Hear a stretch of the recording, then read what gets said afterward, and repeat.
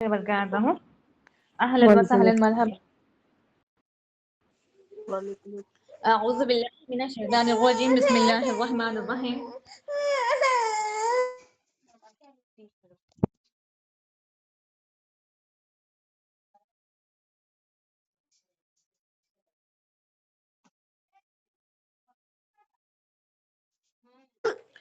رب اشرح لي صدري ويسر لي امري واحلل عقدة من لساني يفقهوا قولي رب زدني علما اللهم اني اسالك علما نافعا ورزقا طيبا وعملا متقبلا ربي يسر ولا تعسر وتمم بالخير آمین یا رب العالمین۔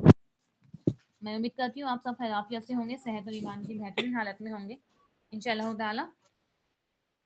الحمدللہ کل ہم نے 23 باری کا خلاصہ دیکھا تھا، انشاءاللہ تعالی آج ہم 24 اور 25 24 اور 25 کے بارے کا خلاصہ دیکھتے ہیں۔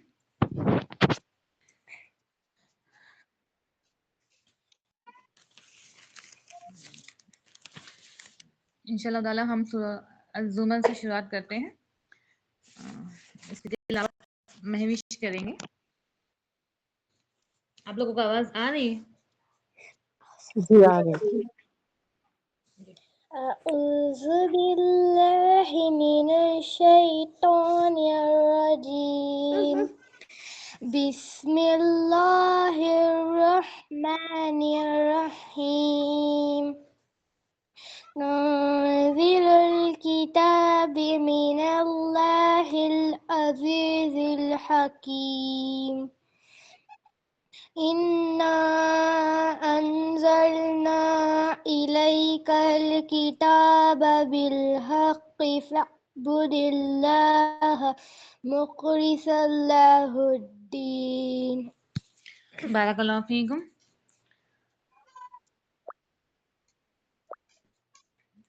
اس کا ترجمہ، یہ کتاب ہے اللہ زبردست اور حکیم کی طرف سے نازل شدہ ہے۔ اے نبی، یہ کتاب ہم نے تمہاری طرف برحق نازل کی ہے، لہٰذا تم اللہ ہی کی بندگی دین کو اس کے لیے خالص کرتے رہو۔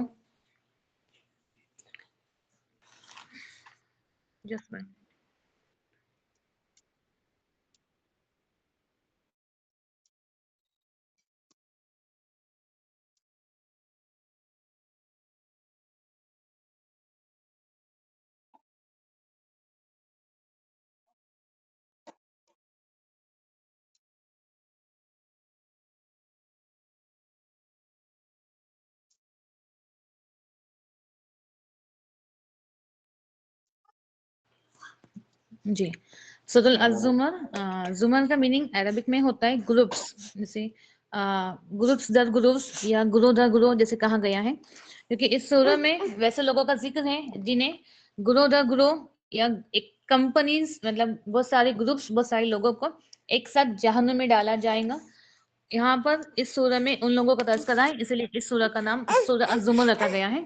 اس سورہ کے سٹارٹنگ میں بتا دیا گیا ہے یہ کتاب اللہ زبردست اور حکیم کی طرف سے نازل شدہ کتاب ہے۔ اے نبی، یہ کتاب ہم نے تمہاری طرف برحق نازل کی ہے، لہٰذا تم اللہ ہی کی بندگی کرو۔ بندگی دین، اب ہمیں یہاں پر بتا دیا گیا ہے کہ ہمیں بندگی کس طرح سے کرنا ہے، ہمیں کس دین کو اختیار کرنا ہے، اور ہمیں بندگی دین کو اسی کے لیے خالص کرنا ہے۔ خبردار، دین خالص اللہ کا حق ہے۔ وہ لوگ جنہوں نے اس کے سوا دوسرے سرپرست بنا رکھے ہیں، وہ کہتے ہیں کہ ہم ان کی عبادت صرف اس لیے کرتے ہیں کہ وہ اللہ تک ہماری رسائی کرا دے۔ یقیناً اللہ ان کے درمیان ان تمام باتوں کا فیصلہ کرے گا جن میں وہ اختلاف کر رہے ہیں۔ اللہ کسی ایسے شخص کو ہدایت نہیں دیتا جو جھوٹا اور ناشکرا ہے۔ یہاں پر بتا دیا گیا ہے کہ کچھ لوگ ویسے بھی ہیں جو اللہ کے سوا کسی اور کی عبادت کرتے ہیں، کسی اور کو پوچھتے ہیں، ٹھیک ہے۔ اب یہ اس زمانے کی بھی بات ہے جب رسول اللہ تبلیغ کر رہے تھے، ٹھیک ہے، تو مکہ میں بھی یہی حال تھا، اور ان سے پہلے جتنے بھی نبی گزرے ہیں، جتنی بھی امتیں، جتنی بھی قوم گزری ہیں، سب کا یہی رویہ رہا ہے، ٹھیک ہے۔ اور نبی کو، رسول اللہ کو اللہ رب العالمین نے کئی بار یہ کانفیڈنٹ دلایا ہے، اس بات کی تسکین کی ہے، اس بات کو بتایا ہے کہ بس آپ ہی نہیں، ٹھیک ہے، آپ ہی نہیں، اس سے پہلے جتنے بھی نبی گزرے ہیں سب کے ساتھ میں کفاروں کا یہی مطالبہ رہا ہے، یہی ضد رہی ہے، ان لوگوں نے مذاق اڑایا ہے۔ اب ابھی تک ہم نے جو بات سنی ہے، ٹھیک ہے، جو ایکسکیوز کفاروں کا ہم نے دیکھا ہے، سب سے بڑا ایکسکیوز یہی ہے کہ ہمیں اس دین پر اسی لیے نہیں آنا ہے کیونکہ ہم نے ہمارے باپ دادا کو اس دن پر نہیں پایا ہے، ٹھیک ہے. ہم اسی لیے بتوں کی عبادت کر رہے ہیں کیونکہ ہم نے ہمارے باپ دادا کو بتوں کی عبادت کرتے ہوئے پایا ہے. اب یہاں پر کفاروں نے کہا کہ ہم جو بتوں کی عبادت کر رہے ہیں یا ہم کسی اور کی عبادت کر رہے ہیں وہ اسی لیے ہے تاکہ یہ ہماری سفارش کریں گے یا یہ ہمارا ایک وسیلہ ہے، ٹھیک ہے، یہ اللہ تک پہنچنے کا ایک ذریعہ ہے. تو نعوذ باللہ یہ ہمیں بتایا گیا ہے کہ یہ سب چیزیں ہمارے لیے جائز نہیں ہیں. ہم آج بھی دیکھتے ہیں کہ بہت سارے لوگوں کی، بہت ساری عورتوں کی، کیونکہ ہم یہ فیمیلز کلاس ہے، لیڈیز کلاس ہے، اس لیے ہم اگزامپل عورتوں کا ہی لیں گے. بہت سارے عورتوں کی یہ غلط فہمی ہوتی ہے اکثر انڈیا میں کہ فلاں فلاں ہے جو ہماری سفارش کریں گے یا جو ہمارے لیے وسیلہ ہے، ٹھیک ہے. تو یہ سب چیزیں ہمارے لیے جائز نہیں ہیں. اگر اللہ کسی کو بیٹا بنانا چاہتا تو اپنی مخلوق میں سے کس کو چاہتا برگزیدہ کر لیتا ہے. وہ اس سے پاک ہے کہ کوئی اس کا بیٹا ہو، وہ اکیلا ہے، اللہ سب پر غالب ہے، ٹھیک ہے. بنی آدم نے، آدم علیہ السلام کی اولادوں نے جو سب سے بڑا جھوٹ اللہ کے ذمے بولا ہے وہ یہی ہے نعوذ باللہ کہ اللہ کا کوئی بیٹا ہے. لیکن اللہ رب العالمین اس سے پاک ہے اور وہ جسے چاہتا ہے برگزیدہ کر لیتا ہے. وہ اس سے پاک ہے کہ کوئی اس کا بیٹا ہو، وہ اکیلا ہے اور سب پر غالب ہے، ٹھیک ہے. کیونکہ عیسائی ابھی بھی جو نصارہ موجود ہے، ابھی بھی جو عیسائی ہیں، ان کی یہی غلط فہمی نعوذ باللہ کہ عیسی علیہ السلام اللہ کے بیٹے ہیں. تو یہ سب سے بڑا جھوٹ ہے. اور اللہ رب العالمین نے قرآن میں اس بات کو کلیئر کیا ہے، وہ واحد ہے، اس کے ذات میں کوئی شریک نہیں ہے، نہ وہ کسی کا بیٹا ہے نہ اس کا کوئی بیٹا ہے. اس نے آسمان اور زمین کو برحق پیدا کیا ہے، وہی دن پر رات اور رات پر دن کو لپیٹتا ہے. اسی نے سورج کو، چاند کو اس طرح مسخر کر رکھا ہے کہ ہر ایک وقت مقرر تک چلا جا رہا ہے. جان رکھو وہ زبردست ہے اور درگزر کرنے والا ہے. اب بتا دیا ہے صحت کے لیے جو ہمیں رہے، جو مثالیں ہمیں بتائی جا رہی ہیں، چاند، سورج، دن اور رات، ٹھیک ہے. اگر ہم بس یہ 4 ایگزامپل ہی لے لیں، دن کو، رات کو، سورج کو، زمین کو، آسمان کو، ٹھیک ہے، اگر بس ہم یہ ایگزامپل لینا تو ہمارے نصیحت کے لیے اتنے ایگزامپلس کافی ہیں، ٹھیک ہے. یہ معمولی بات نہیں ہے. اللہ رب العالمین بار بار ہمیں مثالیں دے کر بتاتے ہیں کہ زمین اور آسمان کو بنانے والا اللہ ہی ہے. تو بے شک زمین اور آسمان کو بنانے والا اللہ ہی ہے. ابھی آپ جسٹ امیجن کیجئے جو جتنے بھی آپ سوچیے کتنا گمراہ لوگ ہیں کہ لکڑیوں سے بنائے ہیں بتوں کی یا پتھروں سے بنائے ہیں اپنے جو ہاتھوں سے بنائے ہوئے ہوتے ہیں ان کی وہ عبادت کر رہے ہیں، لیکن یہ گمراہ ہے. اب چاہے فریکشن آف سیکنڈ کے لیے بھی آگے نہ بڑھے تو کوئی نہیں ہے جو اس کو آگے بڑھا سکتا ہے، ٹھیک ہے. یہ لیکن الحمدللہ جو ایمان والے ہیں وہ ان باتوں سے، ان ایگزامپل سے نصیحت حاصل کرتے ہیں. اور کہا ہے کہ اسی نے سورج اور چاند کو اس طرح مسخر کر رکھا ہے کہ ہر ایک وقت مقرر چلا جا رہا ہے. جان رکھو وہ زبردست ہے اور درگزر کرنے والا ہے. تو بے شک اللہ رب العالمین نے سورج کو، چاند کو ایک فکس ٹائم تک کے مسخر کیا ہے، وہ اپنے فکس ٹائم میں چل رہے ہیں، ٹھیک ہے. اگر بے شک دیکھیے ہر چیز کو ایک تدبیر کے ساتھ میں، پلاننگ کے ساتھ میں، صحیح انجام سے بنایا گیا ہے. جس آپ امیجن کیجئے جو سورج ہے، ٹھیک ہے، کہا گیا ہے کہ اگر سورج اپنے اس کا جو ڈسٹینس ہے زمین سے لے کے سورج کا جو ڈسٹینس ہے اگر صرف 50 کلومیٹر ہی، ٹھیک ہے، وہ آگے پیچھے ہو جائے، اگر زیادہ آگے ہو جائے گا، اگر نزدیک آئے گا تو جو زمین ہے وہ تپش سے، ٹھیک ہے، اس کی تپش سے، اس کی گرماہٹ سے سب تباہ ہو جائیں گے، ٹھیک ہے. اگر دور ہو جائے گا تو کہا گیا ہے کہ زمین میں اتنی سردی ہو جائیں گی، اتنی ٹھنڈ ہو جائیں گی کیونکہ جو سورج کی گرمی ہے وہ زمین تک نہیں پہنچیں گی. تو ہمیں بتایا گیا کہ ہر چیز ایک پری پلان کے حساب سے، ایک ایگزیکٹ تدبیر کے ساتھ میں اس نے تم کو ایک جان سے پیدا کیا ہے، پھر وہی جس نے اس جان سے اس کا جوڑا بنایا، وہ اسی سے تمہارے لیے مویشیوں میں سے 8 نر و مادہ پیدا کیے، وہ تمہاری ماؤں کے بعد ایک دوسرے دیتا ہے. یہی اللہ ہے جس کا یہ کام ہے، رب ہے کہ سوا کوئی معبود نہیں ہے. پھر تم کہ اللہ کو کیا ہی ضرورت تھی کہ ہمیں اتنے کھول کر ایگزامپلس دینے کی، مثالیں دینے کے لیے، ٹھیک ہے. اللہ رب العالمین نے ہر بات کو قرآن میں کھول کر ایگزامپلس دے کر، مثالیں دے کر، ٹھیک ہے، بتائے ہیں. کیونکہ بے شک ہمارا جو دماغ ہے وہ کمزور ہے، ٹھیک ہے، ہم کمزور بنائے گئے ہیں، لیکن بس اسی لیے تاکہ ہمیں باتیں سمجھ میں آ جائے. جب کوئی قرآن پہ تدبر کرتے ہیں، جسے ہدایت ملتی ہے، تو بے شک اسے یہ بات سمجھ میں آتی ہے کہ یہ سب بنانے والا صرف اللہ ہی ہے. اللہ کے سوا کسی اور کے پاس میں اتنی قدرت، اتنی طاقت نہیں ہے کہ وہ سب چیزوں کو بنائے. اب یہاں پر بتایا گیا ہے کہ بے شک اسی نے میاں بیوی کو، مرد اور عورت کو بنایا ہے اور ہمیں پتا ہے کہ آدم علیہ السلام کی فصل سے حوا علیہ السلام کو پیدا کیا گیا ہے اور انہی سے بہت سارے جوڑے پیدا کیے ہیں. اب اس میں یہ بھی بتا دیا ہے کہ اسی نے تم کو ایک جان سے پیدا کیا ہے. کہا جاتا ہے نا جو بیوی ہوتی ہے وہ آدمی کے فصل سے پیدا کی گئی ہے. اسی نے تمہیں ایک جان سے پیدا کیا ہے. پھر وہی جس نے اس جان سے ایک کا جوڑا بنایا ہے. اسی نے تمہارے لیے اب جتنے بھی جانور ہیں یہ ہمارے لیے بنائے گئے ہیں. اسی نے ہمارے لیے مویشیوں میں سے 8 نر و مادہ پیدا کیے ہیں. اب جو 8 بتائے گئے ہیں اس کے جو ایگزامپلس ملتے ہیں وہ بھیڑ، بکری، گائے اور اونٹ ہیں، جو کہ ایسے 4 جانور ہیں جس کا ہم بہت زیادہ فائدہ اٹھاتے ہیں. بھیڑ، بکری، گائے اور اونٹ، ٹھیک ہے. اور یہ نر، یہ مادہ، ٹھیک ہے، میل فیمیل دونوں ملا کے یہ ہو جاتے ہیں 8. بھیڑ، بکری، گائے اور اونٹ، ٹھیک ہے. کیونکہ اس زمانے میں ان سب اسپیشلی اونٹ کا تو بہت زیادہ رواج تھا. اور وہی ہے تمہارے پیٹوں میں سے 3 تاریک پردوں کے اندر تمہیں ایک کے بعد دوسری شکل دیتا ہے. تو ابھی آپ سوچئے کیا کہا گیا ہے کہ وہی ہے جس نے ہمیں ہمارے ماؤں کے پیٹوں میں سے پیدا کیا ہے. ٹھیک ہے. اب ظاہر سی بات ہے کیونکہ ہم بچپن سے یہ نظام دیکھ رہے ہیں، ٹھیک ہے، کسی کی ولادت ہونا، کسی کی پیدائش ہونا، ٹھیک ہے، پریگننسی، حمل، یہ سب چیزیں ہم بچپن سے دیکھتے تو ہمارے لیے سب چیزیں کامن ہو جاتی ہے. ٹھیک ہے. لیکن ہم اس پر تدبر نہیں کرتے ہیں.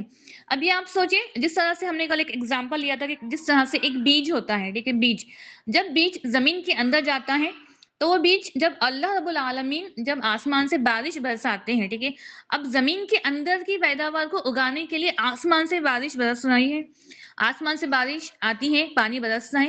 تو جس طرح سے جو بیج ہے کچھ دن تک کے اس کی جو ڈیوریشن ہوتا ہے، کچھ دن تک کے اس کی جو تربیت ہے اس زمین کے اندر ہوتی ہے. ٹھیک ہے، زمین کے اندر ہوتی ہے. جب اس کو باہر نکلنا ہوتا ہے تو وہ بیج ایک پودا بن کر، ٹھیک ہے، ایک پودا بن کر زمین کو چیر پھاڑ کر وہ باہر نکلتا ہے. تو سیم اسی طرح سے ہماری جو پرورش ہے 9 مہینے ہمارے ماؤں کے پیٹوں میں ہوتی ہے. ٹھیک ہے. ایک ابھی آپ سوچیں کیسا نظام ہے. اور اللہ رب العالمین نے یہاں پر یہ بتا دیا ہے کہ 3 تاریکی، ٹھیک ہے، 3 لیئرز میں، 3 پردوں میں ہماری بناوٹ ہوتی ہے. اب ہم اگر ہم پڑھیں گے، ٹھیک ہے، اگر ہم امرولوجی پڑھیں گے تو ہمیں سمجھ میں آتا ہے. یہ ظاہر سی بات ہے. سب سے پہلا کہ کس طرح سے ایک حقیر پانی سے پانی کے ٹپکے سے اللہ رب العالمین نے اس کی تخلیق کی شروعات کی ہے. اس کے بعد اس پر ایک بوٹی بنائی ہے، ٹھیک ہے، ایک ہلکا سا گوشت کا ٹکڑا بوٹی بنتی ہے. اس کے بعد اس پر ہڈی آتی ہے، ٹھیک ہے، اس کے بعد اس پر گوشت آتا ہے، جو اسکن، جو لیز ہم کہتے ہیں وہ آتے ہیں. اگر ہم دیکھتے ہیں تو بس ایک ہی ساتھ یہ سب چیزوں کی تخلیق نہیں کی گئی ہے، باری باری سے پہلے یہ چیز بنی ہے، اس کے اوپر ایک دوسری چیز پہ ڈیولپ کیا گیا ہے، اس کے اوپر ایک دوسری چیز پہ ڈیولپ کیا گیا ہے. ٹھیک ہے. اب ہڈی ہے، ہڈی کے اوپر گوشت ہے، اس کے پہلے کے مرحلے بتائے گئے ہیں. یہ بس اسی لیے ہے. اور پھر کس طرح سے جب ایک بچہ جو 9 منتھ کی جو پریگننسی کا ڈیوریشن ہو جاتا ہے، جب وہ کمپلیٹ ہو جاتا ہے تو کس طرح سے پیٹ کو چیر پھاڑ کے بچہ باہر نکلتا ہے. ٹھیک ہے. یہ اللہ رب العالمین کی قدرت ہے. وہ جسے چاہے دنیا میں لاتا ہے، جسے چاہے پہلے ہی ختم کر دیتا ہے. ٹھیک ہے. یہ اس کی قدرت ہے. یہ بس اسی لیے ہے تاکہ ہم تدبر کریں، ہم نصیحت حاصل کریں. بادشاہی اس کے لیے ہے، اس کے سوا کوئی معبود برحق نہیں ہے. اب سب سے بڑا ایگزامپل کہ جو مر گیا وہ مر گیا. ٹھیک ہے. وہ کسی بھی چیز کا اختیار نہیں رکھتا ہے. ایون وہ اپنے نہلانے کے لیے بھی، جو میت ہوتی ہے اپنے نہلانے کے لیے بھی کسی اور پر ڈیپینڈ ہے. تو وہ کیا کسی کی حاجت روا پوری کریں گے، کسی کی خواہشات پوری کریں گے جو خود بنایا گیا ہے. لیکن افسوس ہمارے پاس میں، ہمارے معاشرے میں، ٹھیک ہے، ہم دوسرے ریلیجس کی بات نہیں کرتے ہیں، ہمارے ہی مسلمانوں میں بہت سارے لوگ ہیں جو ایسے بہکے ہوئے ہیں.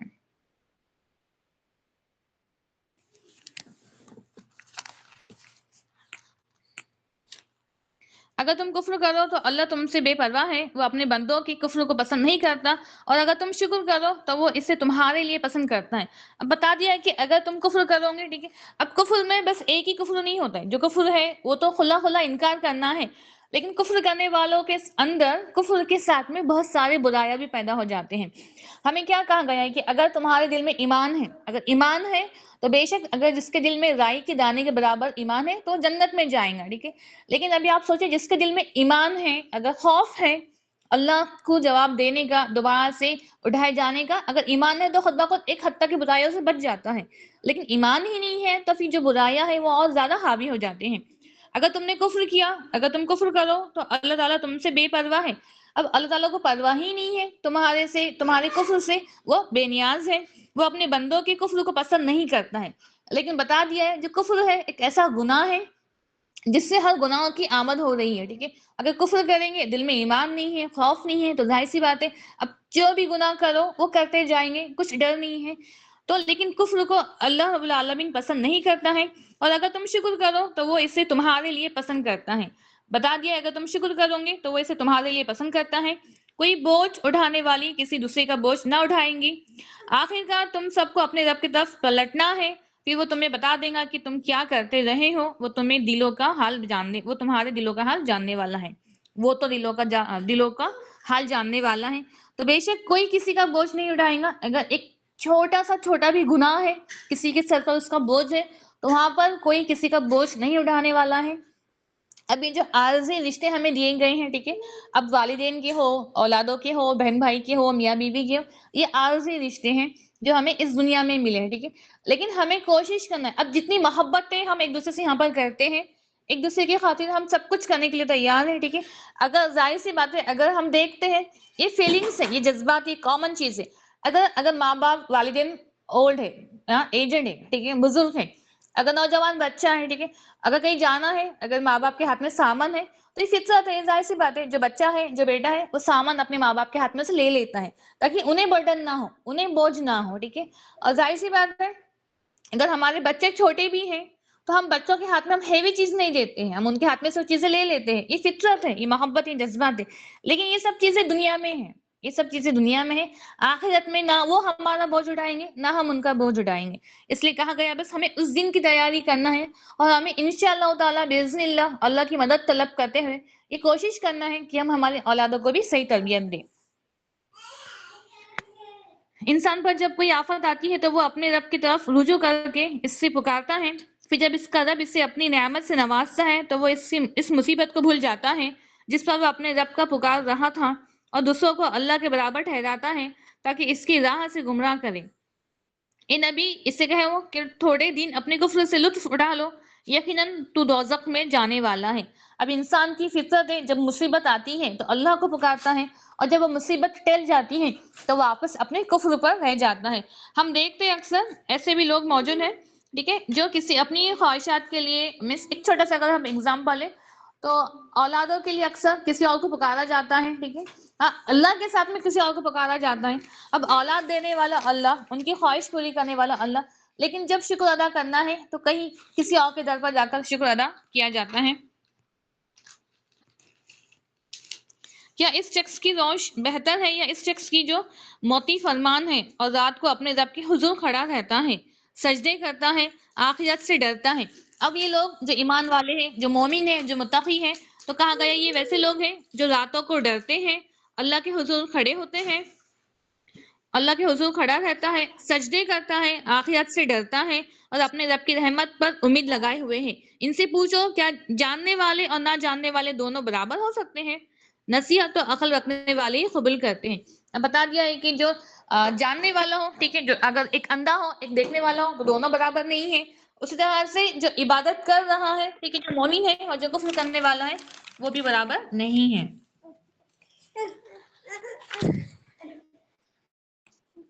اے نبی کہو کہ اے میرے بندو جو ایمان لائے ہو، اپنے رب سے ڈرو۔ جن لوگوں نے اس دنیا میں نیک رویہ اختیار کیا ہے ان کے لیے بھلائی ہے، اور اللہ کی زمین وسیع ہے، صبر کرنے والوں کو ان کا اجر بے حساب دیا جائے گا۔ اب یہاں پر کہ اے لوگوں جو ایمان لائے ہو، میرے بندو جو ایمان لائے ہو اپنے رب سے ڈرو۔ جن لوگوں نے اس دنیا میں نیک رویہ اختیار کیا ہے ان کے لیے بھلائی ہے، اور اللہ کی زمین وسیع ہے۔ یہاں پر اس بات کا سگنل دیا گیا ہے کہ اللہ کی زمین وسیع ہے۔ اگر مومنوں کو کہا گیا ہے کہ اگر تمہیں عبادت کرنے کے لیے، ٹھیک ہے، اگر تمہیں ایمان میں چلنے کے لیے مکہ میں دشواری آ رہی ہے، اگر تم مکہ میں تمہارے لیے پرابلمس ہے، تو بے شک اللہ کی زمین وسیع ہے۔ یہاں پہ جو ہجرت کا سگنل تھا وہ دیا گیا تھا کہ ہاں اب ہجرت تمہیں کرنا ہے، ٹھیک ہے، کیونکہ اللہ کی زمین وسیع ہے۔ اگر تمہیں یہاں پر جگہ نہیں مل رہی ہے تو بے شک جب تم یہاں سے نکلو گے تو تمہارے لیے بہتر جگہ ہے۔ تو بے شک ہم اس بات کو دیکھ چکے ہیں کہ جب مومنوں نے مکہ سے ہجرت کی، جب ان کے پاس میں تو مدینے میں کچھ نہیں تھا، لیکن آگے جانے کے بعد ہم دیکھتے ہیں کہ اللہ رب العالمین نے انہیں ہر چیز سے نوازا تھا۔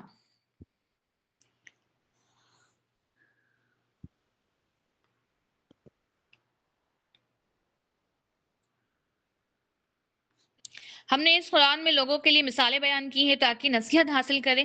اب اللہ رب العالمین نے کئی باتوں کو، بہت ساری باتوں کو الگ الگ مثالیں دے کر بیان کی ہیں، وتھ ایگزامپلس ہمیں بتایا گیا ہے تاکہ ہم نصیحت حاصل کریں. اب کہا گیا کہ قرآن عربی زبان میں ہے جس میں کوئی ٹیڑھ نہیں ہے تاکہ لوگ برے انجام سے بچیں. اللہ ایک مثال دیتا ہے کہ ایک شخص تو وہ ہے جس میں مالک ہونے میں بہت سے کچھ غلط آقا شریک ہیں جو اسے اپنی اپنی طرف کھینچتے ہیں، اور دوسرا شخص مکمل طور پر ایک ہی آقا کا غلام ہے. کیا ان دونوں کا حال یکساں ہو سکتا ہے؟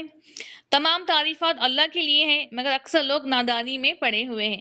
اب کہا گیا کہ ایک ایسا شخص ہے جس کے الگ الگ مالک ہے، ٹھیک ہے، لیکن ایک ایسا شخص ہے جو صرف اپنے مالک کسی ایک کو ہی بناتا ہے.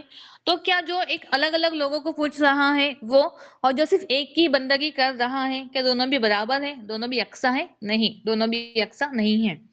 اور قرآن بتایا گیا کہ جو قرآن ہے یہ عربی میں ہے، تو ظاہر سی بات ہے رسول اللہ کی جب ان پر نبوت آئی تو ہمیں پتا ہے کہ وہ عرب میں تھے، اور جو بھی عرب لوگ ہیں وہ عربی جانتے تھے. تو یہ ایک بینیفٹ تھا کہ اگر ابھی آپ سوچئے کہ اگر قرآن کسی اور لینگویج میں، کسی اور زبان میں نازل کرتے تو ظاہر سی بات ہے رسول اللہ کے لیے بھی یہ تھوڑا سا مشکل ہوتا کسی اور زبان کو سمجھ کے کسی اور کو سمجھانا، ٹھیک ہے، کسی اور لینگویج کو اڈاپٹ کر کے کسی اور کو وہ میسج سمجھانا، یہ ان کے لیے بھی مشکل ہوتا. اور کیونکہ ہم نے دیکھا ہے کہ جس بستی میں جس نبی کو بھیجا گیا ہے وہ بستی والے، وہ رسول نبی جو زبان کو جانتے تھے اسی زبان میں کتابوں کو بھی نازل کیا گیا تاکہ ان کے لیے بھی آسانی ہو. اور عربی کا ہمیں کہا گیا ہے کہ جنت میں جو جنتیاں ہیں ان کی زبان بھی عربی ہی ہوں گی، اور ہم سے جو خبر کے سوالات ہونے والے ہیں ہم سے عربی میں ہی خبر کے سوالات ہوں گے. یہ الگ بات ہے کہ اس وقت اللہ رب العالمین ہمیں اتنا علم دے دیں گے کہ ہم عربی کو سمجھ سکیں گے، عربی کو ہم بول سکیں گے. اور یہاں پہ بتا دیا گیا ہے کہ اے نبی تمہیں بھی مرنا ہے اور ان لوگوں کو بھی مرنا ہے، آخرکار قیامت کے دن تم سب اپنے رب کے حضور اپنا اپنا جھگڑا پیش کرو گے. اب یہاں پر اطلاع کر دی ہے، بتا دیا ہے، ڈکلیئر کر دیا ہے کہ اے نبی تم کو بھی مرنا ہے، کلو نفس ذائقۃ الموت، کی ہر شے کو موت کا مزہ چکھنا ہے، اور ان لوگوں کو بھی مرنا ہے. اب یہاں پر مرنے کا ورڈ یوز کیا گیا ہے، تو ابھی آپ سوچئے کہ بہت سارے لوگ ویسے بھی ہیں جو غفلت میں ہے، ٹھیک ہے، جو گمراہ ہیں، جو کہتے ہیں نعوذ باللہ کے کچھ لوگ ہیں خبروں کے اندر جو زندہ ہیں جو مر ہی نہیں سکتے ہیں. تو ویسی بات نہیں ہے، مرنا ہر ایک کو ہے، موت برحق ہے. لیکن ابھی آپ کوئی نبی ہے، لیکن نبی جو نبیوں کے امام ہیں، رحمت العالمین ہیں، ان کے لیے کہا گیا ہے کہ آپ کو بھی مرنا ہے. تو جو معمولی انسان ہے، ٹھیک ہے، تو ان کو تو موت آنی ہی آنی ہے، وہ بھی مرے ہوئے لوگ ہیں. لیکن بہت سارے لوگ اس بات سے تھوڑا سا گمراہ ہیں، کیونکہ ہمیں ایک کہیں جو کچھ لوگ اس آیت کو لے کر بھی تھوڑے سے پروپیگنڈا کرتے ہیں کہ جہاں پہ ہمیں کہا گیا ہے جو اللہ کی راہ میں جو مارے گئے ہیں انہیں مردہ نہ کہو، ٹھیک ہے، تو یہ اسی لیے کہا گیا ہے کہ وہ شہید ہے تو ان کا انتقال ہو گیا یا انہیں فوت ہو گئی، یہ ہمیں لفظ استعمال نہیں کرنا ہے. جو شہید ہے انہیں ہم شہید کہتے ہیں کیونکہ شہید کا درجہ تھوڑا بلند ہے، تھوڑا الگ ہے. لیکن اب بہت سارے لوگ اس آیت کو لے کر بھی کہتے ہیں کہ اللہ نے فرمایا ہے جو اللہ کے راہ میں چلے گئے ہیں انہیں مردہ نہ کہو، وہ تو زندہ ہے، ٹھیک ہے، وہ خبروں میں زندہ ہے. تو یہ بات نہیں ہے، ہمیں اس لفظ سے استعمال کرنے سے منع کیا گیا ہے کہ وہ مر گئے ہیں یا ان کا انتقال ہو گیا یا فوت ہو گئے ہیں. ہم شہید کے لیے شہید کا نام ہم لفظ استعمال کرتے ہیں. اب سورۃ الغافر، غافر لفظ بنا ہے غفور الرحیم سے جو بہت زیادہ توبہ قبول کرنے والا ہے. اب ابھی تک کہ یہ فرسٹ سورہ ہے جس کی شروع حامیم سے ہو رہی ہے. حامیم بھی حروف مقطعات ہے. اس کتاب کا نزول اللہ کی طرف سے ہوا اور جو زبردست اور سب کچھ جاننے والا ہے. ہم دیکھتے ہیں جب بھی کوئی حروف مقطعات آتا ہے تو اس کے بعد اللہ رب العالمین کتاب کو ریفر کرتے ہیں، ہمیں بتاتے ہیں کتاب کے بارے میں. اس کتاب کا نزول اللہ کی طرف سے ہے. ابھی یہ بار بار بتایا جا رہا ہے، بار بار، ٹھیک ہے، کہ اللہ کی طرف سے ہی نازل کی ہوئی کتاب ہے جو بلند ہے، جو حکمت والا ہے. اسی نے ہمارے لیے نازل کی ہے تاکہ ہم نصیحت حاصل کریں، ہم ہدایت پر آ جائیں. ابھی ایک بار نہیں کئی بار بتایا گیا ہے. کیوں؟ کیونکہ جو کفار مکہ تھے وہ تو شک میں تھے.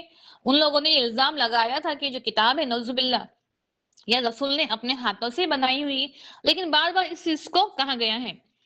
گناہ معاف کرنے والا اور توبہ قبول کرنے والا، ٹھیک ہے، غافر بہت زیادہ، غفور الرحیم بہت زیادہ توبہ قبول کرنے والا، بہت زیادہ معاف کرنے والا اور توبہ قبول کرنے والا، سخت سزا دینے والا اور بہت فضل کرنے والا، ٹھیک ہے. اب معاف کرنے پر بھی قادر ہے، اگر ہم گناہیں کرتے ہیں، اگر ہم توبہ کریں گے تو بے شک توبہ بھی ویسی جو اس بات پہ ہمیں ندامت ہو، احساس ہو ہمارے گناہوں کا، تو معاف کرنے پر بھی قادر ہے اور سخت سزا دینے پر بھی قادر ہے، اور بہت فضل کرنے والا ہے، اس کے سوا کوئی معبود نہیں ہے، اسی کی طرف تم کو سب کو پلٹنا ہے۔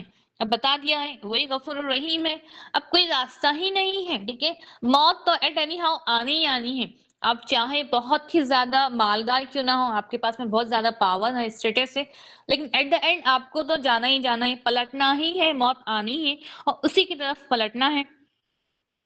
اللہ کی آیت میں جھگڑا صرف وہ لوگ کرتے ہیں جنہوں نے کفر کیا ہے، ٹھیک ہے، اب جس نے کفر کیا ہے بس اللہ کی، وہ لوگ کیا کرتے ہیں جو کفار مکہ تھے، اس زمانے کے بھی جو کفار ہیں یا جو بھی جتنے بھی امتوں میں جو بھی کفار گزرے ہیں، سب کا رویہ بس یہی تھا کہ کیا کرنا ہے انہیں، بس ایک ٹیڑھا پن، ایک کچھ تو بھی گوجی ڈھونڈنا ہے آیتوں میں، یہ ایسا کیوں ہے وہ ویسا کیوں ہے، ایک ٹیڑھا پن ڈھونڈنا ہے۔ فار ایگزامپل ہم نے دیکھا ہے قرآن میں، ہم نے جو ایگزامپلس، ہم نے جو سورہ پڑھا ہے، سورۃ النحل ہو، سورۃ النمل ہو، جس میں ہمیں مدھو مکھی کے بارے میں بتایا گیا ہے، ہمیں ایک چینٹی کے بارے میں بتایا گیا ہے، ہمیں عنکبوت ایک مکڑی کے بارے میں بتایا گیا ہے، ٹھیک ہے، ہمیں ان کے بارے میں ان کا نام لے کر بتایا گیا ہے۔ ابھی کفاروں نے یہ بھی کہا کہ اللہ رب العالمین اتنا بڑے بادشاہ، زمین اور آسمان کو بنانے والا، اتنا بلند، وہ ایسی معمولی معمولی چیزوں کے نام لیتا ہے، ٹھیک ہے، تو یہ کفار ہے جو ایسے ایسے ٹیڑھا پن نکالتے ہیں۔ اللہ کی آیت میں جھگڑا صرف وہ لوگ کرتے ہیں جنہوں نے کفر کیا ہے، اے نبی آپ کو ان کی بھاگ دوڑ کسی دھوکے میں نہ ڈال دے۔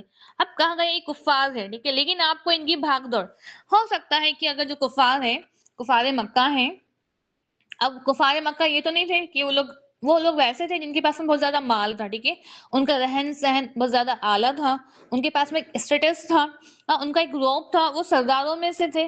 اب کہا گیا ہے کہ اگر یہ اللہ کو نہیں مان رہے ہیں، یہ اللہ کا انکار کر رہے ہیں، مومنوں کو پریشان کر رہے، لیکن اس کے باوجود بھی اگر وہ اچھی زندگی جی رہے ہیں، اگر وہ اچھے حال میں ہیں، تو یہ نہ ہو کہ آپ کو ان کا چہل پہل، آپ کو ان کی بھاگ دوڑ آپ کو دھوکے میں نہ ڈال دے، کیونکہ اکثر ہم دیکھتے ہیں نا کچھ لوگ ایسے ہوتے ہیں دنیا میں ہمارے آس پاس کہ جن کو اللہ رب العالمین نے خوب دیا ہے، بہت دیا ہے، ٹھیک ہے، بہت مالدار ہے، اولادیں ہیں، صحت بھی ہے، ہر چیز ہر نعمتوں سے نوازا گیا ہے، لیکن ہم دیکھتے ہیں کہ ان کے اندر کچھ ایک برائی موجود ہے، ان کے اندر بگاڑ موجود ہے، تو کہیں نہ کہیں ہم سوچتے ہیں کہ اتنا سب کرنے کے بعد بھی ان کے پاس میں سب چیزیں کیوں دی گئی ہیں انہیں، تو یہ بس یہ اسی لیے ہے کہ تاکہ انہیں بس دنیا میں تھوڑا سا انہیں فائدہ ملا ہے، مہلت ملی ہے، بلآخر آخرت میں ان کا کوئی ٹھکانہ نہیں ہے۔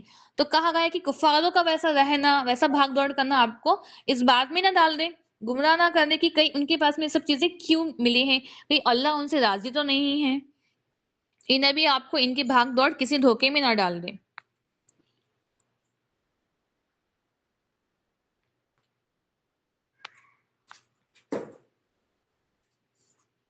عرش الہی کے حامل فرشتے جو ملائکہ عرش کے گرد پیش حاضر رہتے ہیں، سب اپنے رب کی حمد کے ساتھ اس کی تسبیح کر رہے ہیں، وہ اللہ پر ایمان رکھتے ہیں اور ایمانداروں کے حق میں دعائیں مغفرت کرتے ہیں۔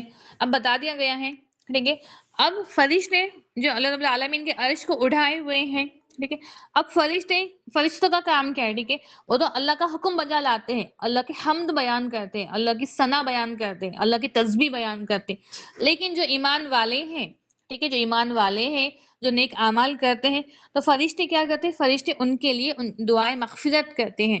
تو انشاءاللہ تعالی اب ہو سکتا ہے اس وقت فرشتے آپ کے اور میرے لیے دعا کر رہے ہیں، ٹھیک ہے، جو ایمان والے ہیں ان کے لیے ہی فرشتے دعائیں مغفرت کرتے ہیں، وہ کہتے ہیں اے ہمارے رب تو اپنی رحمت اور اپنے علم کے ساتھ ہر چیز پر چھایا ہوا ہے، جنہوں نے توبہ کی اور تیرے راستے کی اتباع کی انہیں جہنم کے عذاب سے محفوظ فرما، ٹھیک ہے، تو کہا گیا جو ایمان لاتے ہیں ان کے لیے جو فرشتے ہیں دعا کرتے ہیں، اور جو توبہ کرتے ہیں، ٹھیک ہے، تو توبہ کرنے والوں کے لیے بھی جو فرشتے ہیں دعا کرتے ہیں، اللہ رب العالمین سے کہتے ہیں کہ تو ان کی مغفرت فرما، ان کے گناہوں کو تو بخش دے اور انہیں جہنم کے عذاب سے انہیں محفوظ فرما۔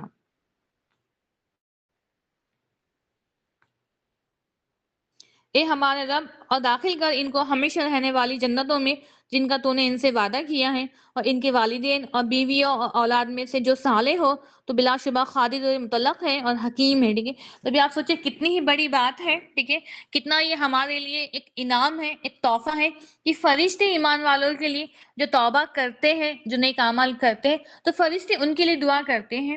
اور کیا دعا کرتا ہے؟ یہ کہ ان کے گناہوں کو بخش دے، ان کی مغفرت فرما، اور صرف مغفرت فرمانے کے ساتھ ساتھ یہ بھی کہتے ہیں کہ انہیں تو جنت میں داخل کر، اور ان کو داخل کر، اور ان کو ہمیشہ رہنے والی جنتوں میں داخل کر جن کا تو نے ان سے وعدہ کیا ہے. تو ابھی آپ سوچیں کہ فرشتوں کا وہ اللہ رب العالمین کی حمد بیان کر رہے ہیں، اللہ کی تسبیح بیان کر رہے ہیں، اور ساتھ ہی ساتھ آپ کے ہمارے لیے دعا بھی کر رہے ہیں. اور یہی نہیں کہ ان کے والدین اور ان کی بیویوں اور اولاد میں سے جو صالح ہیں، جو نیک لوگ ہیں، ٹھیک ہے، اور بلا شبہ تو قادر مطلق ہے اور حکیم ہے.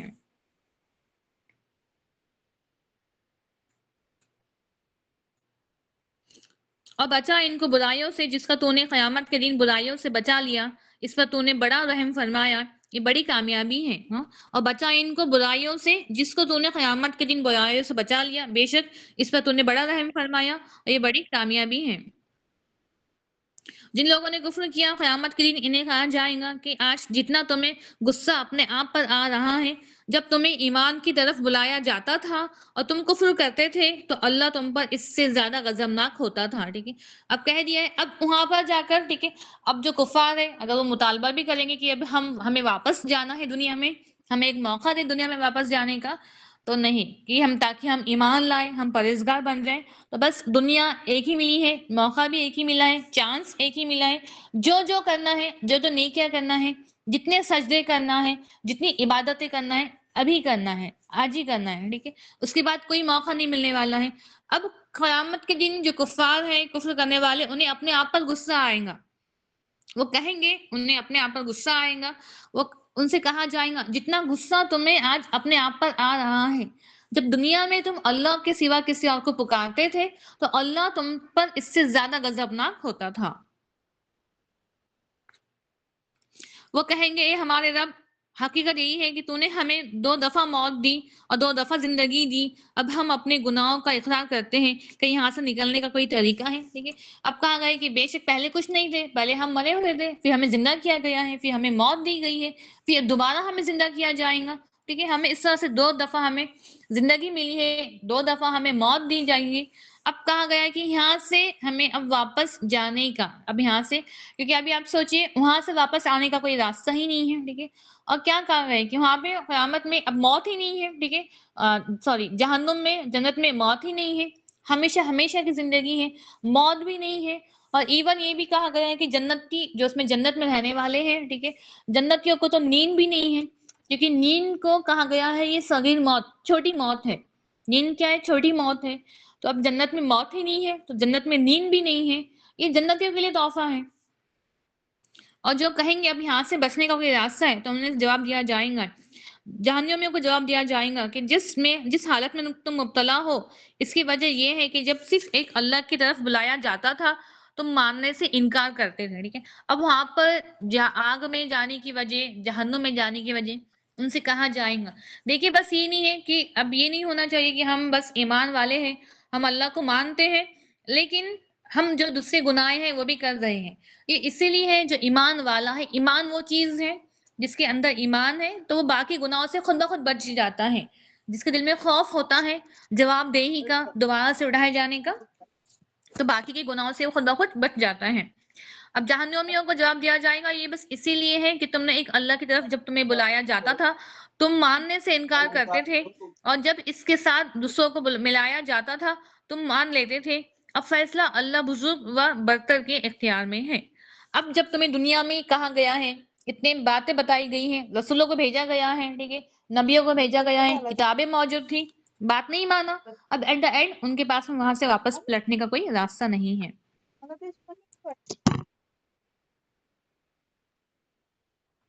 سورہ فصلت، فصلت کا میننگ ہوتا ہے کھول کر یا ڈیٹیل میں ایکسپلین کرنا، کوئی چیز کھول کر بیان کرنا. اس کی بھی شروعات حامیم سے ہو رہی ہے. یہ قرآن رحمان و رحیم کی طرف سے نازل کیا کردہ ہے. اب بتا دیا ہے کہ یہ کتاب اللہ کی طرف سے نازل کی ہوئی کتاب ہے، کسی نبی نے یا کسی انسان نے کتاب کو نہیں بنایا ہے، یہ اللہ کی طرف سے نازل کی ہوئی کتاب ہے. ایسی کتاب ہے جس کی آیات کھول کھول کر، ٹھیک ہے، فصیلت جسے کہا گیا ہے کھول کھول کر بیان کرنا. یہ ایسی کتاب ہے جس کی آیات کھول کھول کر بیان کی گئی ہیں. قرآن عربی زبان میں ہے ان لوگوں کے لیے جو ماننے والے ہیں. ہم دیکھتے ہیں کہ یہاں پر اس بات کو بھی زور دیا گیا ہے کہ یہ قرآن تو ہے لیکن عربی زبان میں ہے تاکہ لوگ اس کو مانیں. ابھی الحمدللہ اگر ہماری زبان عربی نہیں ہے، اگر پھر بھی ہم قرآن کو سیکھ رہے ہیں، ترجمہ ہم پڑھ رہے ہیں، تو الحمدللہ یہ اللہ کا ہم پر احسان ہے. لیکن آپ سوچیں اس زمانے میں کفر کرنے والے کفاروں کی زبان تو عربی تھی، لیکن انہی کی زبان میں اس کتاب کو نازل کرنے کے بعد بھی وہ اس کتاب سے انجام تھے.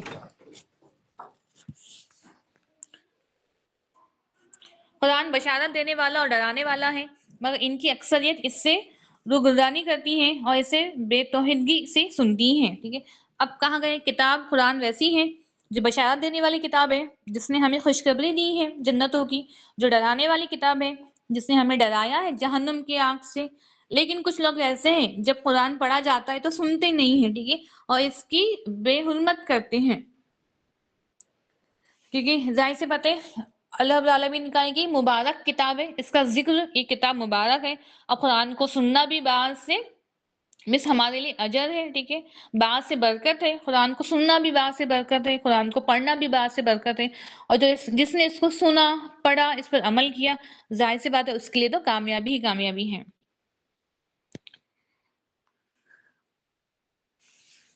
کہتے ہیں جس چیز کی طرف تو ہمیں بلا رہا ہے اس کے بارے میں ہمیں ہمارے دلوں پر غلاف چڑھے ہوئے ہیں، ہمارے کان بہرے ہوئے ہیں، اور ہمارے اور تیرے درمیان ایک حجاب حائل ہو گیا ہے. تو اپنا کام کر، ہم اپنا کام کرتے رہیں گے. ٹھیک ہے، ابھی آپ دیکھیے جو بھی کفار ہے ان کا ابھی ان کی ضد دیکھیے. ٹھیک ہے، اب ان لوگوں نے کیا کہا، ان لوگوں نے کہا کہ ہمارے تو دل غلاف میں ہے. ٹھیک ہے، اب یہ نہیں تھا اب واقعی ان کے دل غلاف میں، وہ بات نہیں ہے. اب یہ تھا کہ اب ہمارے دل جس طرح سے ہم کوئی چیز کو غلاف میں رکھتے ہیں، کور کر کے رکھتے ہیں، ٹھیک ہے، پیک کر کے رکھتے ہیں تاکہ اوپر کی جو بھی ڈسٹ ہے، جو بھی دھول ہے، وہ اندر اس چیز تک نہ پہنچے. تو لوگ کہتے ہیں کہ ہمارے جو دل ہے وہ تو غلاف میں ہے، مطلب ہمارے دل اتنے کور کیے ہوئے ہیں، اتنے پروٹیکٹڈ ہے کہ ابھی آپ کتنی بھی باتیں ہمیں سمجھاؤ وہ باتیں ہمیں سمجھ میں نہیں آتی ہیں. اے نبی ان سے فرما دے میں تمہارا جیسا بشر ہوں، مجھے وحی کے ذریعے سے بتایا گیا ہے کہ تمہارا آلہ ایک ہی آلہ ہے، لہٰذا تم اس کے طرف اپنا رخ کرو اور اس سے معافی مانگو، مشرکوں کے لیے تباہی ہے. اب بتا دیا کہ اے نبی آپ فرما دیجئے، اب ان لوگوں سے یہ بات کہہ دیجئے کہ مجھے وحی کے ذریعے بتایا گیا ہے کہ اللہ ایک ہی اللہ ہے، اسی کی عبادت کرنا ہے، اسی کی طرف پلٹنا ہے، اور تم اپنا رخ اللہ کی طرف کرو، اس سے معافی مانگو. اور یہاں پہ یہ بات بتا دی گئی ہے کہ جو مشرک ہیں، جو شرک کرنے والے، ان کے لیے تباہی ہے، جو زکوٰۃ نہیں دیتے اور آخرت کے منکر ہیں. اب مشرک ہے، ایمان ہی نہیں ہے تو زکوٰۃ کہاں سے دیں گے؟ جو زکوٰۃ بھی نہیں دیتے ہیں اور آخرت کے لیے منکر ہیں، آخرت کا انکار کرنے والے ہیں.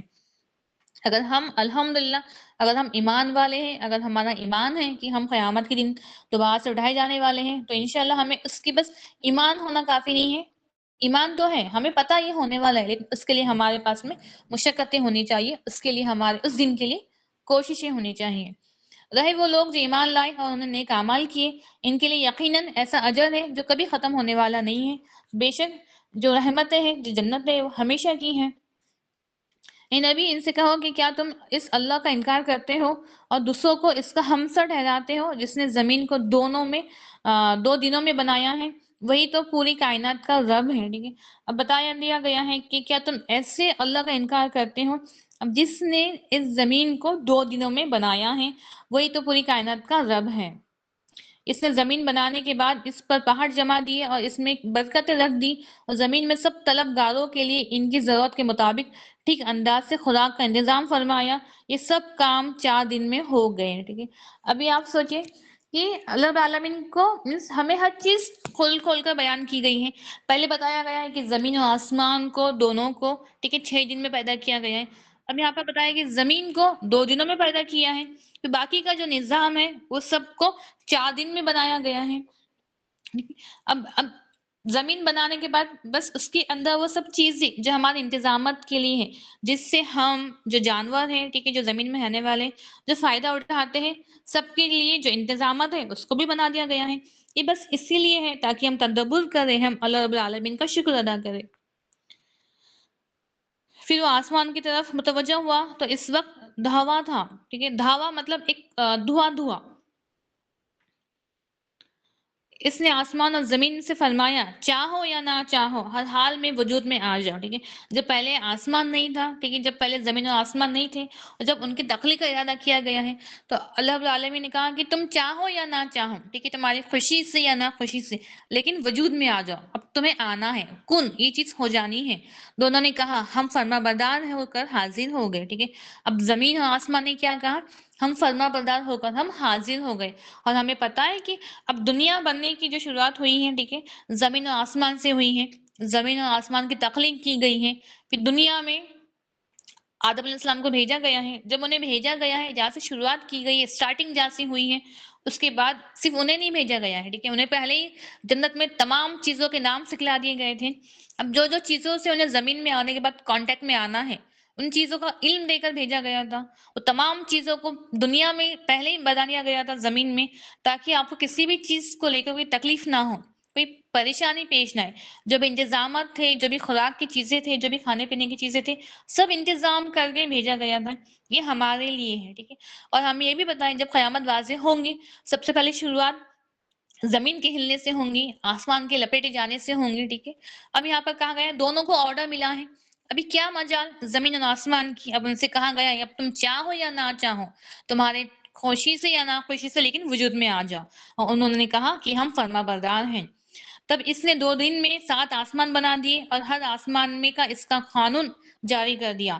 اور آسمانی دنیا کو ہم نے چراغوں سے خوبصورت بنا دیا ہے، اسے محفوظ کر دیا ہے، سب کچھ ایک جاننے والے زبردست ہستی کا بنایا ہوا ہے. اب کوئی بھی چیز تو یہ وجود میں نہیں آئی ہے، ٹھیک ہے، سیلف کوئی بھی چیز وجود میں نہیں آتی. ایک مائنر بھی چیز ہے تو اسے بنانا پڑتا ہے جب وہ وجود میں آتی ہے، ٹھیک ہے، جب وہ ایگزسٹ ہوتی ہے. ہر چیز کو بنایا گیا ہے. اب کوئی بھی ایگزامپل لے لو، آپ کو اس چیز کا کوئی نہ کوئی بنانے والا دکھے گا، لیکن وہ تو ظاہر سی بات ہے. ابھی آپ سوچیے لاجک ہے. اب زمین اور آسمان کو بنایا گیا ہے، اب اللہ نے کہا ہے کہ اللہ نے حکم دیا ہے انہیں کہ تم چاہو یا نہ چاہو لیکن وجود میں آ جاؤ. اب یہ سیلف ایگزسٹ چیز نہیں ہے. اب یہاں پر 7 آسمانوں کا ذکر ہے کہ 7 آسمان بنائے گئے ہیں، ایک آسمان نہیں ہے، 7 آسمان کا ذکر ہے. تو یہ ہمارا ایمان ہے کہ 7 آسمان کا ذکر ہے، تو یہ 7 آسمان ہی ہے. الحمدللہ ہمیں اس کی ضرورت نہیں ہے، لیکن کوئی اور بھی ہے جو یہ کام کر رہے ہیں، جو ریسرچ کر رہے ہیں، ریسرچ کر چکے ہیں کہ ہاں واقعی 7 آسمان ہے. اب یہاں پر بتا دیا گیا کہ 7 آسمان تو ہے ہی ہے، ہر آسمان میں اس کا قانون جاری کر دیا گیا. اب ہر ایک ہو سکتا ہے ہر ایک آسمان میں ان کے لیے ایک الگ دنیا ہوں گی. اب ہمیں تو اتنا علم نہیں ہے، ٹھیک ہے، لیکن جو ریسرچ کر رہے ہیں، جو سائنٹسٹ انہیں تو پتا ہے کہ ہر ایک آسمان میں ایک الگ گیلیکسی، ایک الگ یونیورس، ایک الگ دنیا ہے، ٹھیک ہے. اب ہر ایک ان کا ایک الگ قانون ہے، ان کی ایک الگ دنیا ہے. اور ہم دیکھتے ہیں، اگر ہم جس اوپر دیکھتے ہیں آسمان پہ، تو اب ہمیں نہیں پتا یہ آسمان پہلا آسمان ہے یا اس کے بعد والا پہلا آسمان ہے، ٹھیک ہے. لیکن کہا گیا کہ اس آسمان کو ہمارے لیے، دیکھنے والوں کے لیے خوبصورت بنا دیا گیا ہے. یہاں پہ یہ بات کو کلیئر کر دیا گیا ہے کہ اب ہم سوچیں جس طرح سے ہمیں بتایا گیا ہے کہ جنت کے 100 لیول ہے، 100 درجے ہے. لیول فرسٹ اور لیول سیکنڈ کے بیچ میں جو فاصلہ بتایا گیا ہے زمین و آسمان کا فاصلہ ہے، ٹھیک ہے. زمین سے لے کر آسمان تک کے جو فاصلہ ہے وہ فرسٹ لیول والوں کا فاصلہ ہے. سیکنڈ لیول اس سے ہائی ہے. تو بھی آپ سوچیں ایسے 100 درجے ہیں. اب ہمیں ہمارے اعمال کے مطابق درجہ ملے گا. اب یہ تو نہیں ہے صحابہ اکرام ہیں، ان کا لیول، ان کا ایمان کا لیول تو ہائیسٹ لیول ہے. اب ہمارا ایمان کا لیول کہاں ہے ہم نہیں جانتے کہ اب 100 لیول میں سے ہمیں کون سی لیول کی جنت ملنے والی ہے. ہاں ہم دعا تو کرتے ہیں کہ ہمیں اعلیٰ درجے کی جنت ملے، لیکن ہمارے اعمال کیسے ہمیں نہیں پتا. تو ہمیں بس بتا دیا گیا ہے کہ دونوں کے لیولز جو ہیں، جو ڈسٹینس ہے وہ زمین و آسمان کا ہے، ٹھیک ہے. اب اس طرح سے یہ ہمیں ایگزیکٹ تو نہیں پتا کہ 7 آسمان ہے، ہر آسمان کے بیچ میں کا جتنا فاصلہ ہے وہ ہمیں نہیں پتا، لیکن بتا دیا کہ ہر ایک آسمان میں ایک الگ دنیا ہے. اگر یہ لوگ منہ موڑتے ہیں تو ان سے فرمائے کہ تم کو اس طرح کے عذاب سے ڈراتا ہوں جیسا عاد اور سمود پر آیا تھا. بتا دیا ہے کہ اب ان لوگوں نے اگر منہ موڑا ہے تو انہیں بتا دیجئے کہ تمہیں میں ویسے عذاب سے ڈراتا ہوں جو اس سے پہلے قوم عاد اور قوم سمود پر آئے تھے.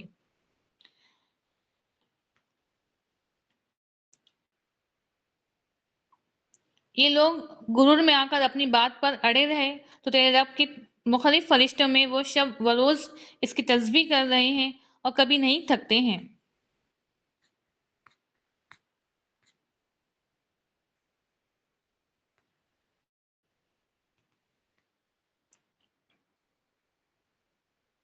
اگر ہم قرآن کو عربی کے بجائے کسی اور دوسری زبان میں نازل کرتے تو یہ لوگ کہتے کیوں نہ اس کی آیت کھول کر بیان کی گئی ہے. کیسی عجیب بات ہے کہ کلام امجی ہے اور مخاطب عربی میں ہے. انہیں فرمائے کہ ایمان لانے والوں کے لیے قرآن ہدایت اور شفا ہے. بتا دیا ہے کہ قرآن جو ہدایت لائے ہیں ان کے لیے قرآن ہدایت بھی ہے، جو ایمان لائے اور شفا بھی ہے، قرآن شفا ہے.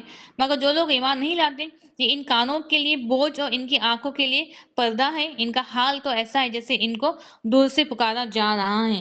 اب جو ایمان والے ہیں جس کو ہدایت ملی ہے تو بے شک ان کے لیے قرآن کو سننا بھی آسان ہوتا ہے. ٹھیک ہے، قرآن کو پڑھنا بھی ان کے لیے آسان ہے، قرآن کو سننا بھی ان کے لیے آسان ہے، کیونکہ یہ ہمارے لیے رحمت ہے، ہدایت ہے، شفا ہے.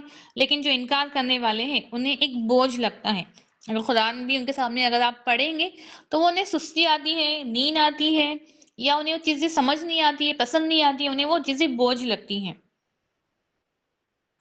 اب سورہ اشورا کہتے ہیں مشورے کو، ایڈوائس کو. اس کی بھی شروعات حامیم سے ہو رہی ہے.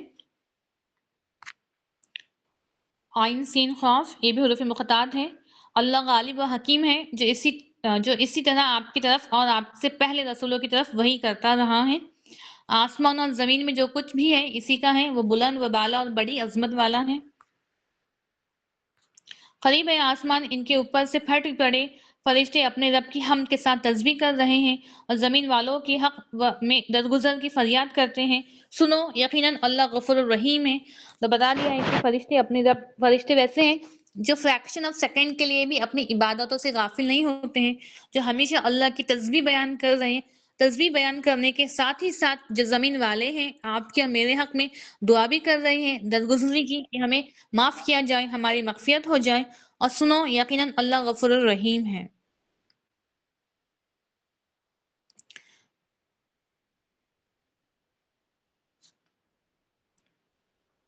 حضرت ابو ہریرہ رضی اللہ تعالیٰ عنہ بیان کرتے ہیں کہ آپ صلی اللہ علیہ وسلم نے فرمایا، دو کلمے رحمان کو بڑے پسند ہیں، زبان سے ادا کرنے میں آسان اور وزن کے لحاظ سے بھاری ہیں. ٹھیک ہے، اب کیونکہ ہمیں بتایا جا رہا ہے کہ جو فرشتے ہیں وہ ہمیشہ حمد کر رہے ہیں، تسبیح کر رہے ہیں، تو ہمیں حدیث میں بتایا گیا ہے کہ دو کلمات ویسے ہیں جس سے ہم سب واقف ہیں.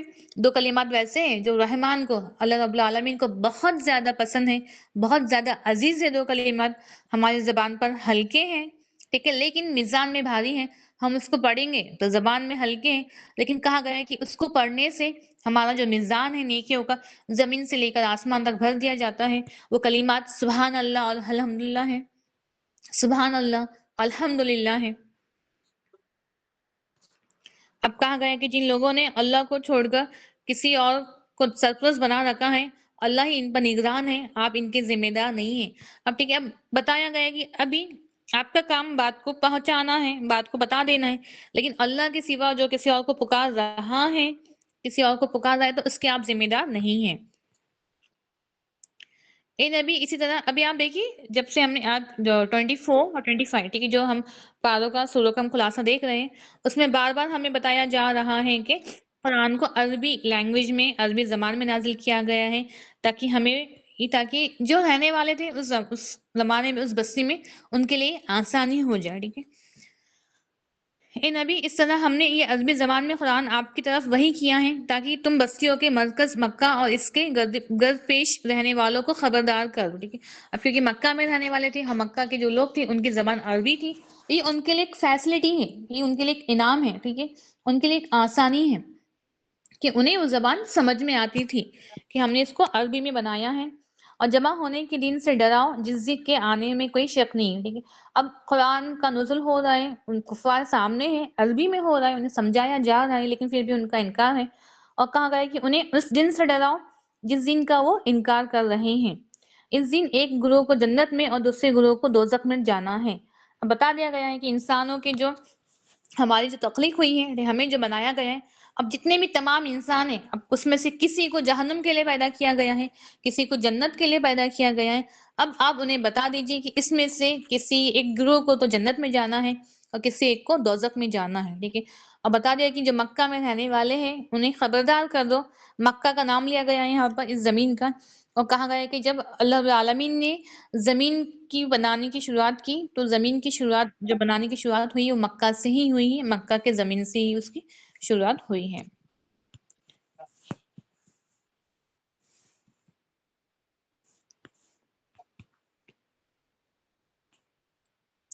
جو اپنے رب کا حکم مانتے ہیں، نماز قائم کرتے ہیں، اپنے آپس کے معاملات میں مشورہ سے چلتے ہیں، ہم نے انہیں جو کچھ بھی رزق دیا ہے اسی میں سے خرچ کر دیا. ٹھیک ہے. اب کہا گیا ہے جو نیک لوگ ہیں وہ کیا ہے؟ جو اپنے رب کا حکم مانتے ہیں، نماز قائم کرتے ہیں اور اپنے آپس کے معاملات میں مشورہ کرتے ہیں. یہاں پہ اشورا کا لفظ استعمال کیا گیا ہے. جو مشورہ کرتے، جو ایڈوائز کرتے، تو کہا گیا کہ ہم دیکھتے ہیں جب اگر ہم سیرت النبی کا مطالبہ کریں گے تو رسول اللہ کا یہ تھا کہ وہ ہر کسی سے، اپنے صحابہ کرام سے کوئی بات کے لیے مشورہ کرتے. مشورہ کرنا ہے، لیکن کہا گیا کہ جب مشورہ کرنے کے بعد آپ مطمئن ہو جائیں، آپ سیٹسفائیڈ ہو جائیں، تو اس فیصلے کو اللہ رب العالمین کے حوالے کر دینا ہے. ٹھیک ہے. اور ایون ہم نے یہ بھی دیکھا تھا کہ جب جو قوم سبا کی جو حکمرانہ تھی، ٹھیک ہے، بلقیس، جب سلیمان علیہ السلام نے اس کی طرف خط بھیجا تھا تو اس نے اپنے وزیروں سے مشورہ کیا تھا کہ اب کرنا کیا ہے. تو ہمیں یہاں پہ کہا گیا ہے کہ نیک لوگ وہی ہیں جو آپس میں مشورہ کرتے ہیں، کوئی کام کرنے سے پہلے آپس میں مشورہ کرتے ہیں. جو اپنے رب کا حکم مانتے ہیں، نماز قائم کرتے ہیں اور اپنے آپس کے معاملات میں مشورہ سے چلتے ہیں، ہم نے انہیں جو کچھ رزق دیا ہے اس میں سے خرچ کرتے ہیں.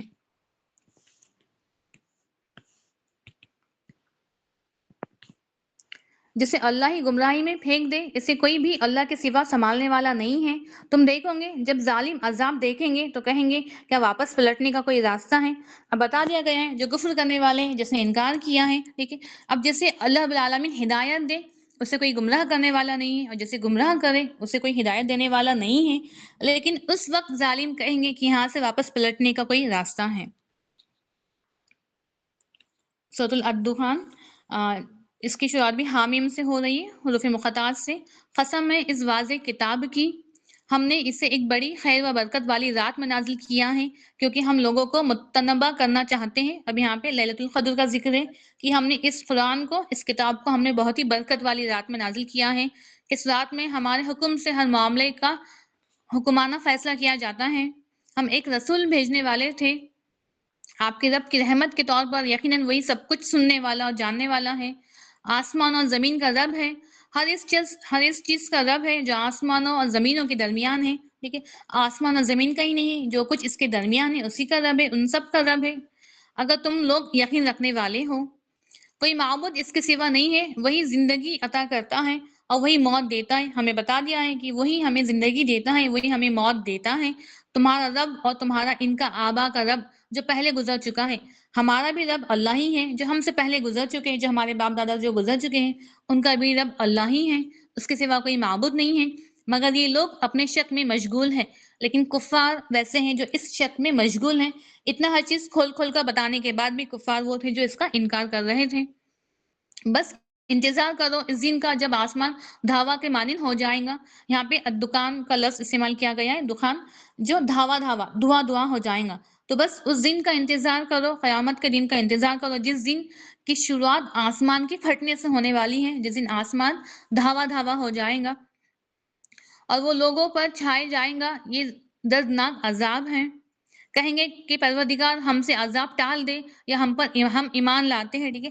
اب دنیا میں اتنا سمجھایا جا رہا ہے، تبلیغ کی جا رہی ہے، رسولوں کو بھیجا گیا ہے، کتابیں بھیجی گئی ہیں، لیکن اب تو انکار ہے. لیکن اس وقت وہ کہیں گے کہ ہمارے رب ہم ایمان لاتے ہیں. ان کے لیے نصیحت کس طرح ہوں گی، حالانکہ ان کے پاس واضح طور پر رسول آ چکا ہے. اب کہا گیا کہ ان کے پاس میں نصیحت کیسے ہوں گی جب ان کے پاس میں واضح طور پر رسول آ چکا ہے. پھر انہوں نے منہ موڑ لیا اور کہا کہ یہ تو پڑھا لکھا پاگل ہے. نعوذ باللہ، جو ان لوگوں نے انکار کیا تھا، کہا یہ تو نعوذ باللہ کی پاگل ہے یا شاعر ہے. اگر تم عذاب ہٹا بھی دے تو ہم وہی کچھ کریں گے جو پہلے کر رہے تھے. اگر ہم عذاب ہٹا بھی دیں، کہا گیا کہ اگر ان سے عذاب ہٹا بھی دیا جائے گا تو ان کی زید بتائی گئی ہے کفاروں کی. اگر یہاں ان پر عذاب ہٹا بھی دیا جائے گا تو وہ لوگ ویسے ہیں کہ واپس سے اپنے کفر میں مبتلا ہو جائیں گے.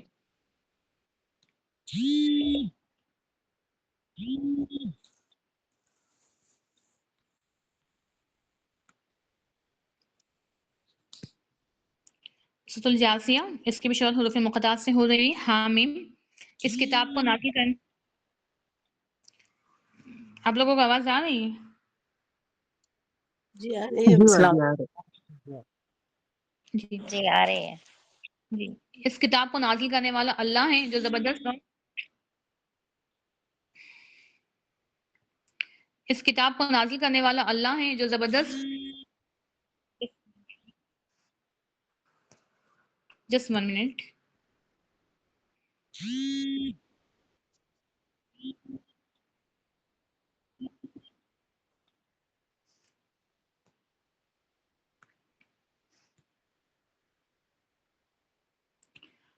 ہمارے کلاس کے کوئی ممبر ہے دیکھیے جو جوائن ہوتے ہیں نجمہ نام سے، وہ ان کا مجھے کال آ رہا ہے، یہ ابھی کیوں آ رہا ہے مجھے نہیں پتا.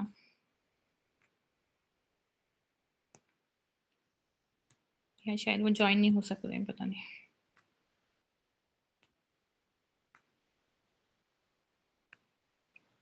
بسم اللہ الرحمن الرحیم. اس کتاب کو نازل کرنے والا اللہ ہے جو زبردست اور حکیم ہے. حقیقت یہ ہے کہ ایمان لانے والوں کے لیے آسمان اور زمین میں بے شمار نشانیاں ہیں. تو بے شک جو قرآن پڑھتے ہیں، جو اس کو سمجھتے ہیں، جو نصیحت حاصل کرتے ہیں، ان کے لیے زمین اور آسمان میں بہت ساری نصیحتیں ہیں، بہت ساری نشانیاں ہیں. اور تمہاری پیدائش میں اور ان حیوانات میں بھی بڑی نشانیاں ہیں جنہیں اللہ زمین میں پھیلا رہا ہے ان لوگوں کے لیے جو یقین کرنے والے ہیں. رات اور دن کے اختلاف میں اور اس رزق میں جسے اللہ آسمان سے نازل کرتا ہے، پھر اس کے ذریعے سے مردہ زمین کو زندہ کرتا ہے، اور ہواؤں کی گردش میں بہت سی نشانیاں ہیں ان لوگوں کے لیے جو عقل کا کام لیتے ہیں، عقل سے کام لیتے ہیں.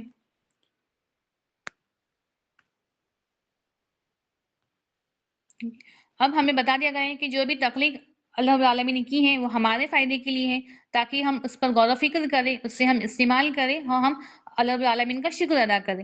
لیکن افسوس ہم تو ایمان والے ہیں، ہم ان چیزوں پر ایمان لاتے ہیں، لیکن ایک حد تک لوگ ہیں جو انکار کرنے والے ہیں، وہ بھٹکے ہوئے ہیں. اب یہاں پر کہا گیا ہے کہ اس وقت تم ہر امت کو گھٹنوں کے بل گرا ہوا دیکھو گے. ہر امت کو پکارا جائے گا کہ آئے اور اپنا نام اعمال دیکھے. اور قیامت کے دن جب حساب کتاب شروع ہوگا، جب پیشی ہوں گی، تو جاسیہ کا لفظ استعمال کیا گیا ہے کہ جاسیہ مطلب گھٹنوں کے بل گرے ہوئے. تو اس وقت تم دیکھو گے کہ ہر ایک امت اللہ کے حضور خوف سے، ٹھیک ہے، خوف سے، عاجزی سے ڈرے ہوئے ہوں گے اور اپنے گھٹنوں کے بل گرے ہوئے ہوں گے. ہر امت کو پکارا جائے گا. اب جو نبی ہے، نبیوں کی جتنی امتیں ہیں، ہر امت کو پکارا جائے گا اور کہا جائے گا اپنا نام اعمال دیکھے. ان سے کہا جائے گا آج تم کو تمہارے اعمال کا بدلہ دیا جائے گا جو تم کیا کرتے تھے. تو ابھی آپ سوچئے حشر کے دن کا ہمیں بتایا گیا ہے، قیامت کے دن جب ہم خبروں سے اٹھائے جائیں گے اور ہمارے نام اعمال کو جب ڈسٹریبیوٹ کیا جائے گا، تو کہا گیا ہے کہ ہر امتی مطلب کوئی کھڑا، ہر امتی کیا ہوگا؟ اپنے گھٹنوں کے بل کھڑا ہوگا.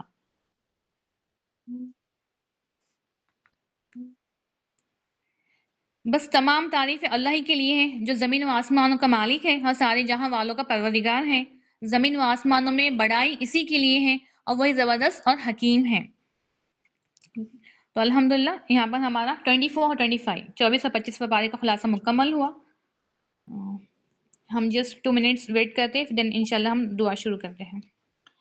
جو بھی بہنیں دعا میں شامل ہونا چاہتی ہیں تو پلیز یا آپ لوگ ہیڈ فون کا استعمال کیجیے یا ویسی جگہ بیٹھے